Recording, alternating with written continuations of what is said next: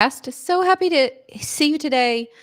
I am really excited about today's episode. We are going to be talking all about reinvention, reinventing yourself. Today, I'm going to be sharing my own story of reinvention and four powerful lessons that I've learned. So, settle in, get a little mug of something yummy to drink because Miss Edie's going to do a little storytelling today. I um could start at a lot of different places, but I think for purposes of today's discussion and to help you think about your own life as much as you can, I'm not going to go back so far. I feel like I've had several reinventions, but I'm going to start with when I decided to give up my practice as a family doctor. So, a lot of you know that I went to medical school to become a family doctor and practiced for about 7 years, 8 years, something like that. When I first got out of medical school, I was actually pregnant with my baby, Emmy, who is the beautiful coach in training who edits our videos. So, love you, Miss M. I was pregnant with baby Emmy. And so the first job that I took out of medical school was at an ER. And I worked at the ER for 2 years while I had Emmy and her baby sister, Ellie, who's now almost 21. And I decided after a few years I did that in the ER for a while. And then I joined my husband's multi-specialty group and practiced family practice for a few years.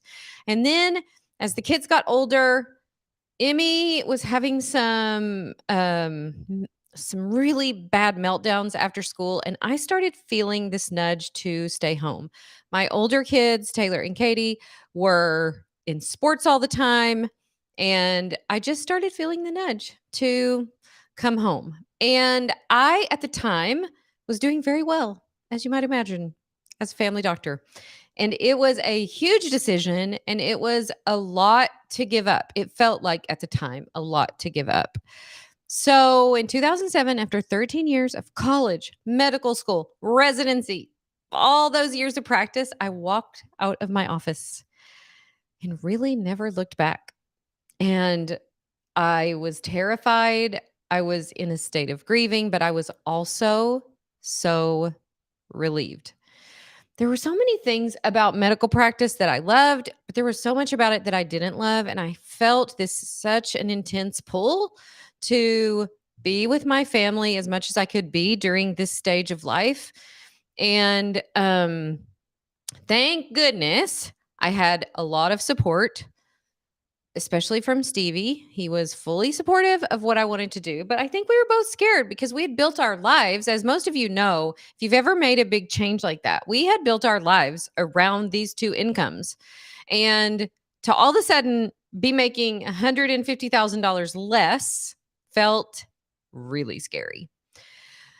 But we decided that we had gotten to this point in our lives where, and this is what I think is so this is part of, the lessons that I learned from this time in my life. But what had happened to us is that we were living lives that we thought we were supposed to live. Like, oh, you get out of medical school and you buy a big house and you join the country club and we just kept doing things that we felt like we were supposed to do. And we ended up with a life that we didn't love. We kind of looked around at our lives. That same year, we took a trip to Atlantis. And I brought C.S. Lewis to read. Never bring C.S. Lewis to read on your vacation if you don't want your life to be disrupted. I feel like C.S. Lewis books, I could mark the reinventions in my life by C.S. Lewis books. And I brought the book Mere Christianity, and it just undid me. It just, So we were at this point in our lives where we had built a life and we kind of looked around and went, is this what we wanted? Because we're both so stressed out and we've got all this stuff, but we don't have just the peace and joy and contentment that we thought all of this would give us. And it was a real undoing and unmaking of a life that we had worked hard to make. And that was really for the two of us sort of the first time for me. I know I'll speak for myself. For me, it was the first time in a long time that I slowed down enough to listen to my own wisdom. And I'm going to get teary eyed as I remember what it was like to just retune in to the still small voice that is nudging you towards something. So raise your hand if you felt that. Hi, for those of you watching live, raise your hand if you felt that. You slow down long enough to go, ooh, something isn't right. And I felt it in such a powerful way. And I felt like, as scary as it was to give up the life that I knew, the life that I had worked so hard to build, it felt like freedom. It felt like rediscovering who I really was and what I really wanted, and not what I wanted because I thought that's what I was supposed to want, or because that's what everybody else told me to want, or because I was afraid, honestly, of exactly what happened, of people going, why in the world would you give up all that training and stay home with your kids? And I remember one of my aunts was like telling my mom, like, oh my gosh, I can't believe she's doing that. Like, what a waste of her education. And I thought to myself, oh, you just don't know. No, not a waste at all, because I had to go through all of those points to get to this point. So, despite the hordes of people who did not understand what I was doing, including many of my own partners, that I worked with, like, why would you do that? I really began the long, exhilarating, arduous, very uncomfortable journey of reinventing my life, of redeciding what I wanted my life to look like and deciding it on purpose. Really, for the first time in a long time, it was like deciding it on purpose. This is what I want my life to look like, and I am going to go about creating it. And I will tell you something, you guys, with no backup plan and no idea what the next few months or the next few years or the next 15 years would hold, I can tell you that what I have experienced was nothing I could ever have predicted. What was waiting for me on the other side of that powerful but painful decision was life altering. I can't even tell you how much I highly recommend that you do this, even if it's not in such an epic way as giving up a profession that you worked all these years to create. But maybe it is for you. Maybe it is. And I just want you to question the things that because a lot of times what happens is we just end up in our lives and we're not even actually sure, like, how do we end up here? I don't remember making all these decisions to here.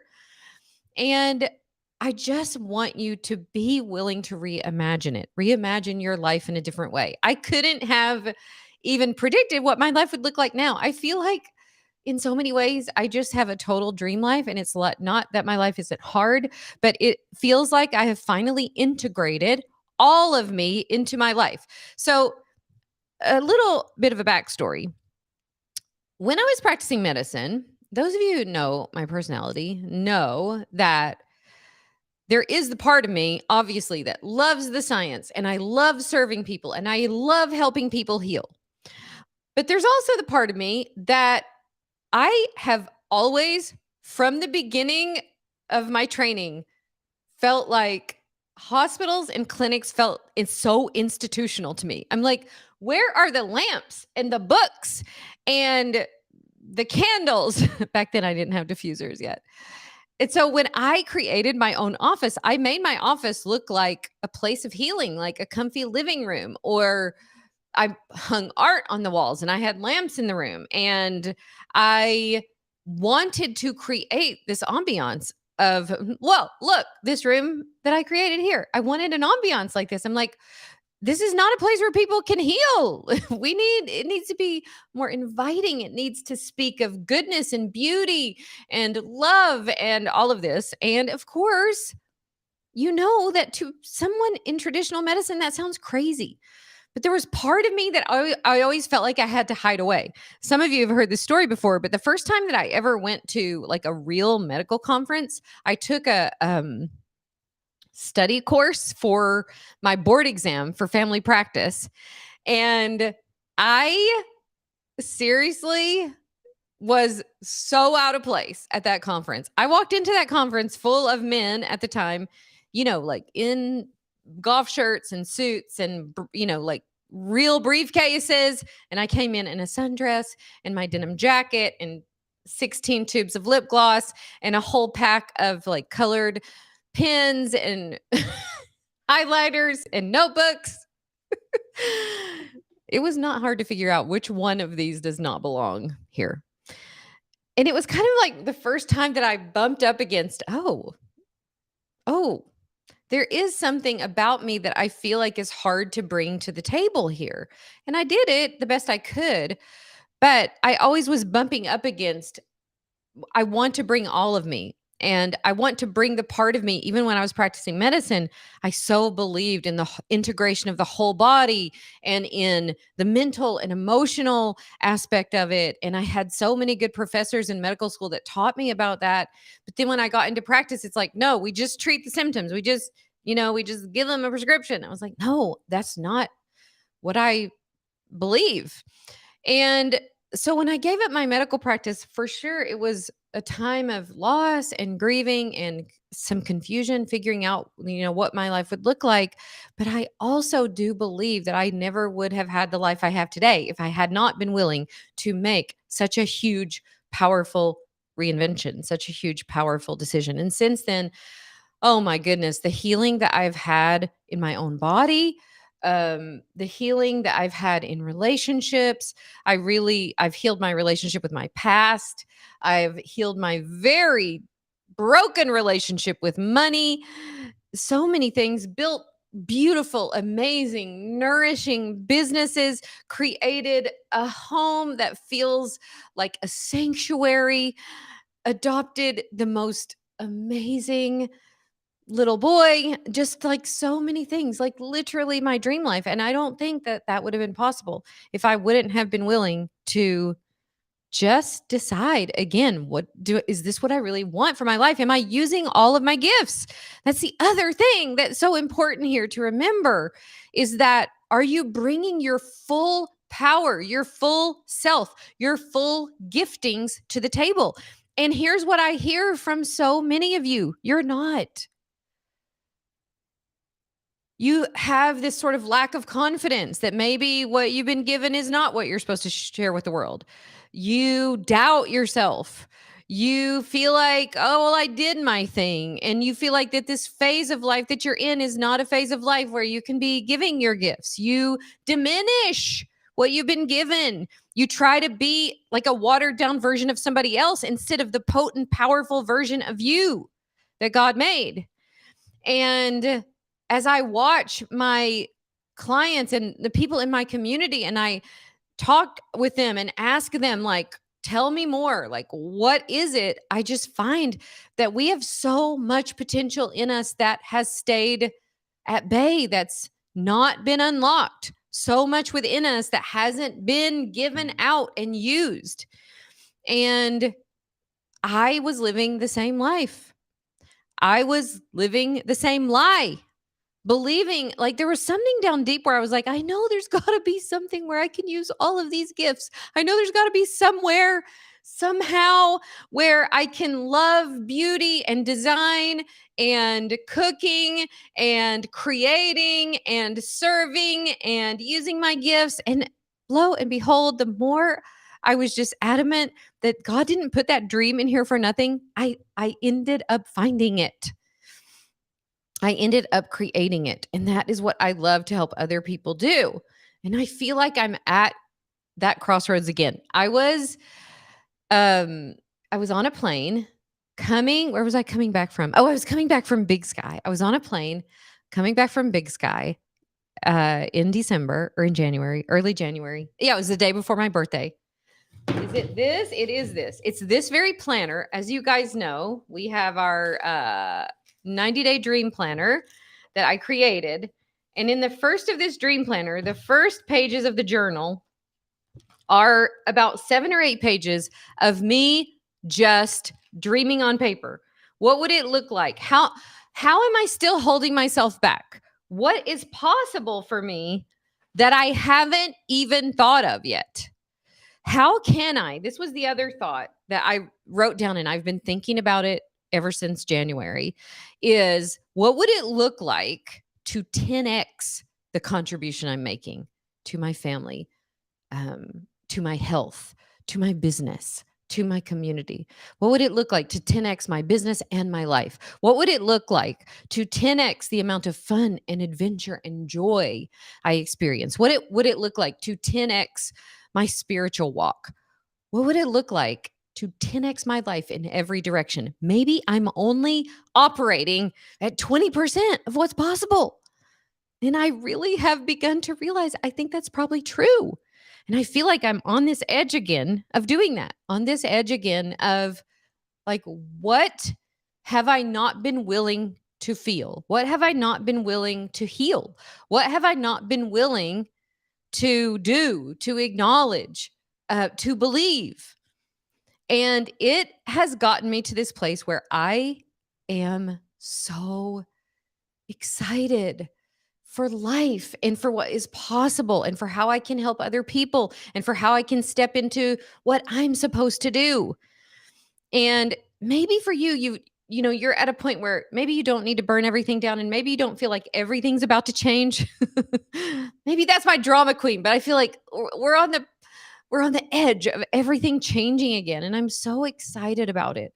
What if what I've experienced so far and what if what you've experienced so far is only a fraction of what's available to you? Because most of us, to be honest, run our lives on autopilot. And when we get quiet with ourselves, like I got quiet with myself on that airplane, so much hope and joy and possibility started welling up for me. When you get quiet with yourself, do you recognize maybe you have some self defeating patterns? Maybe you have some self defeating beliefs. Maybe you have some self defeating habits that are keeping you small, that are keeping you stuck, that are keeping you from living out that potential, that are keeping you from 10xing the amount of impact that you could have in the world, the amount of impact you could have in your marriage, in your parenting, in your life, where you work. Is there that voice that you've been ignoring too long? And I find that we just don't have access to it enough. So I have made it a point over the last couple of months to create space for that, to have quiet weekends where I can sit with my journal and I can dream about what is possible again, where I can redecide, like, have I ended up? I mean, I love this life that I have, but am I not living into my potential? How could I live into it more? How could I ask myself the hard questions? And as I was doing that, I came up with this idea of doing this summit where I lead people through this. So we'll tell you about that in a little bit, but I'm going to lead you through basically what I've been going through for the past few months. Last year, my coach led us through something similar, and I wasn't quite ready for it then. But I knew it was coming, and I feel like I've sort of been in the preparation of that. And I'm like, oh, I want to lead my people through it, sort of through the way I think about it. Because as I looked back, I realized like I've already done this several times and I'm ready to do it again. And I want to do it with you. And I want to kind of lead you through what it's been like for me. I want to share with you some lessons of my own reinvention journeys, like what it has looked like. I do. I look around at my life and it feels like a miracle. I really can't believe it. I can't believe that I gave myself this gift that years ago I made some hard decisions and I challenged myself and I got out of my comfort zone and I stopped living my life for what I thought other people expected and wanted from me. And I really began to get in touch with what God made me to do. I stopped ignoring the voice.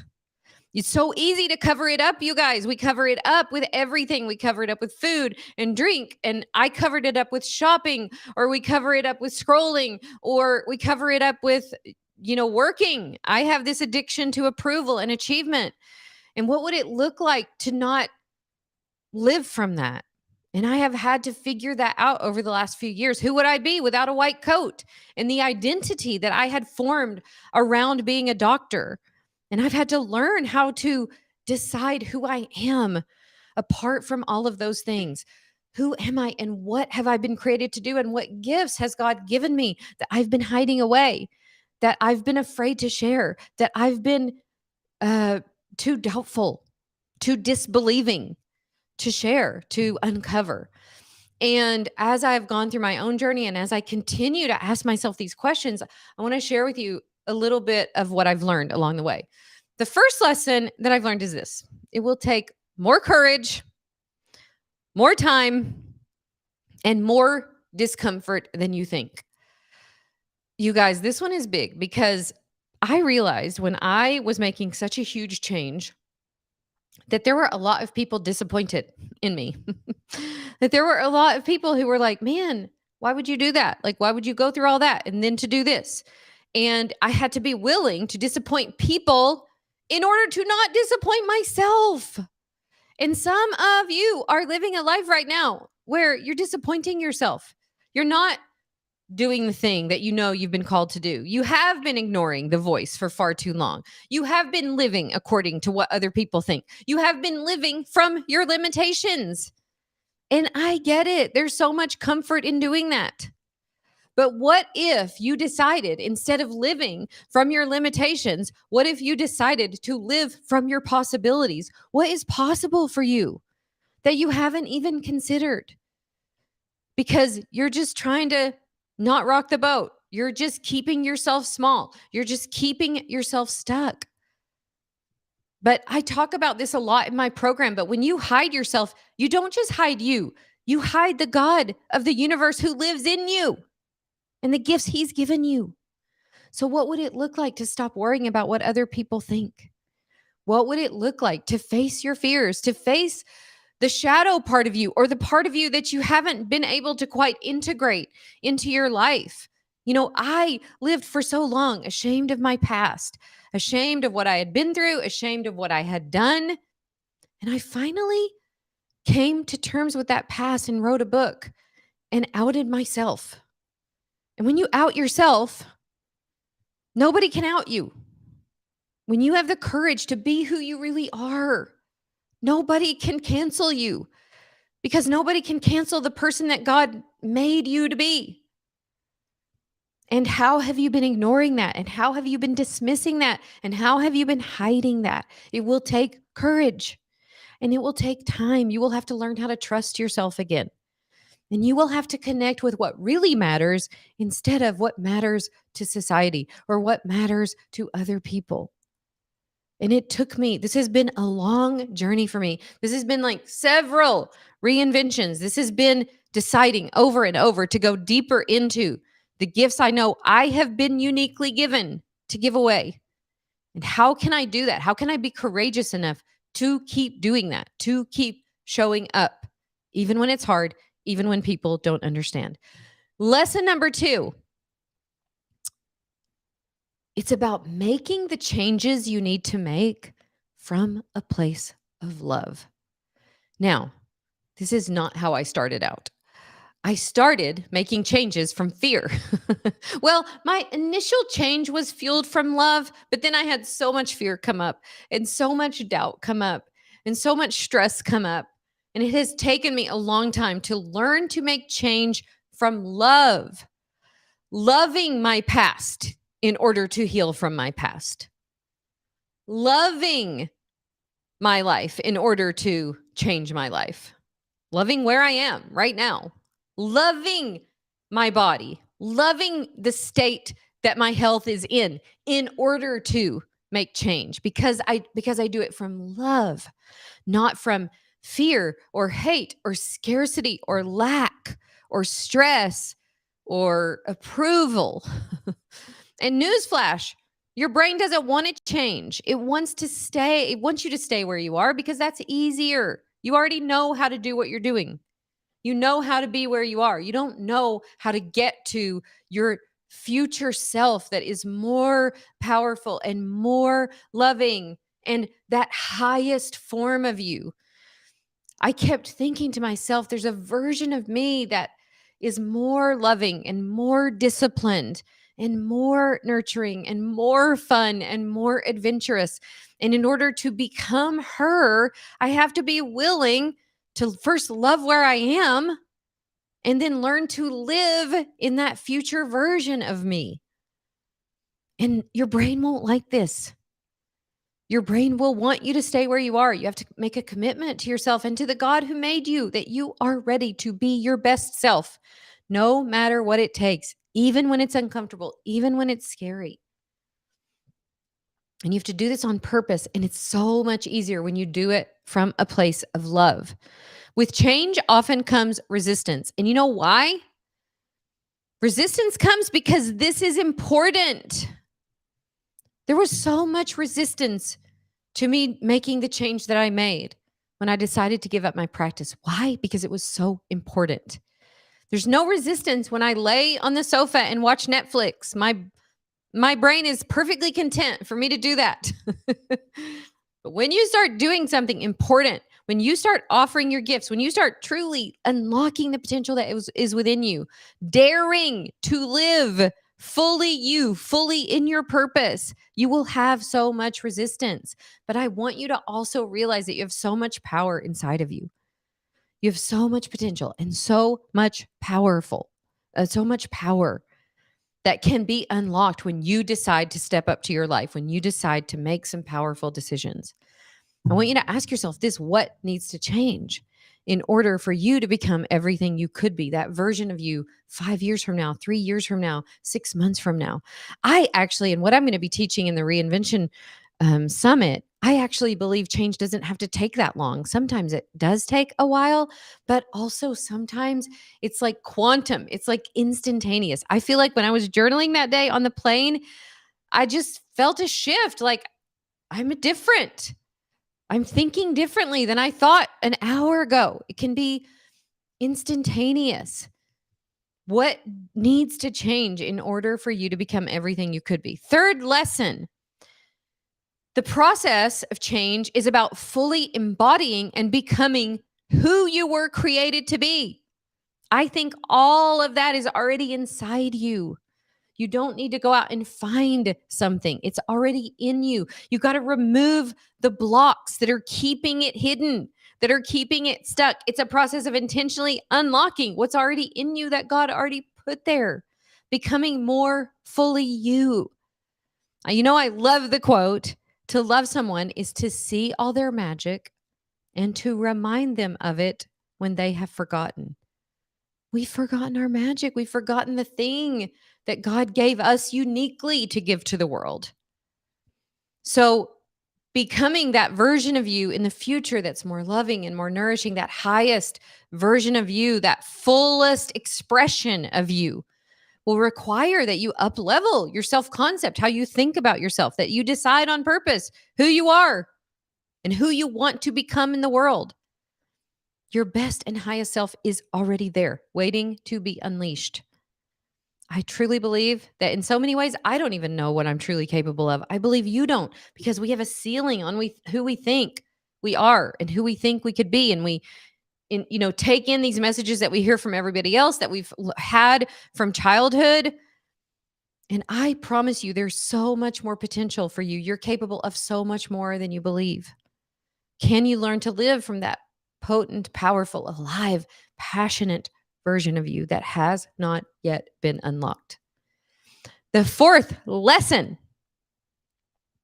is that I'm so thankful for the support that I gave myself as I've gone through these iterations, as I've gone through these changes, these reinventions. I didn't do it alone. At each step, I can think of books I read, courses I took, people I emulated, coaches I hired, guides that led me through literally what felt like the wilderness. When you go through changes like this, it literally feels like you're walking through the wilderness and you need a guide. None of us were meant to go through this alone. None of us were meant to, I actually just had an appointment yesterday with my natural doctor. She's amazing. And she said to me because I know enough about my health to tinker with myself, to like, oh, I don't know about the system. So I'm just going to tinker with myself. And she said, she said, I appreciate your like taking responsibility for yourself. And I appreciate like all the, ways that you've tried to do this on your own, but we need help. And I was like, it almost made me cry. I'm like, yeah, we do. She adjusted my neck. She adjusted my back. She prayed over me. She gave me some new supplements. And I was like, yes, to put ourselves in a place of humility where we can have a guide, have a mentor, where we can learn from someone who's been down the path that we want to go down, which is why we are having our first annual full day Reinvention Summit. It's coming up March 23rd. You need to mark this off your calendar. If at all possible, you need to take off work, you guys. If you don't work, you need to mark this off your calendar. We will have replays. It's going to be 10 to 3 Eastern time. There will be 3 major teachings and a bunch of fun stuff. I have never offered anything quite like this. I told my team yesterday, I said, you better get ready because we're reinventing ourselves as a team. I'm reinventing myself as the leader of this company. And when you get to March 23rd, you just better watch out. So if you know that you need a reset, if you know that you need to reimagine what's possible for your life, if you know it's time to revolutionize your life, to rethink the way you're living, to unlock your own God-given potential, it is time for your reinvention. You need to join us. The link will be live tomorrow morning, but I will tell you where you're going to go. You're going to go to ediewadsworthcoaching.com/reinvention. You'll be able to read all about it. The other thing that's going to be incredible for this event is that if you have never used our planner, when you upgrade to the All Access Pass for this day-long summit, you will get our next quarter planner for free.